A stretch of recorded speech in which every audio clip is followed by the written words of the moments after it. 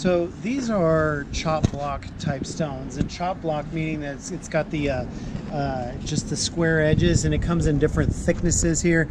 This one is approximately 4 inches thick, and then you look at this one back here, and it's about 6 inches thick, and they're both about the same thickness or depth as well too. So these stones stack real nicely and easily between them, so that way you get a nice solid build when we're doing it in the landscape. With our chop block landscape bordered beds, we don't use any mortar, masonry type material. We're literally just stacking them, and gravity is holding them in place. So we recommend only a couple of types of stone. We like ones that have nice smooth sides on them. That way they stack real nicely and there's less of a chance for them to move around. If they're real uneven in shape, then it's harder to stack a stone and get them to stay in place over a long period of time. You do have different colors to choose from. These two are more of a Worcester type stone, a brown stone. So you have a very light kind of khaki color here, and then it kind of even blends up into the rust, has some rust, some browns and oranges up top. And then this is another type of Worcester here. It's a very same kind of almost khaki color from the front. They almost look the same, but the top has anything from the light colors all the way to black here choosing. And then you have these gray stones, what I would call gray, charcoal in color. The side you see goes anything from light to almost a black charcoal here on top. And then of course you have the limestone type ones that are almost white here. And then this is another shade of limestone or Austin chop block. It's got some oranges in it. So some more of that rust kind of coming through, but as you see, the stone itself is more of a off-white, darker color than the white. I don't recommend white or the limestone or the Austin chop block for anything in your landscape beds.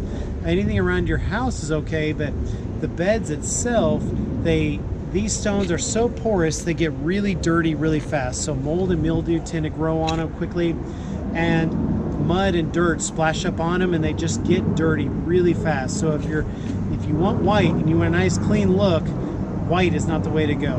Maybe mix it up with something like the charcoal, the gray, bring in some white and the black. The contrast would look nice.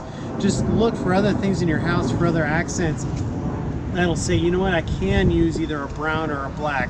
Trust me, the maintenance long term is well worth doing something a little bit different in there.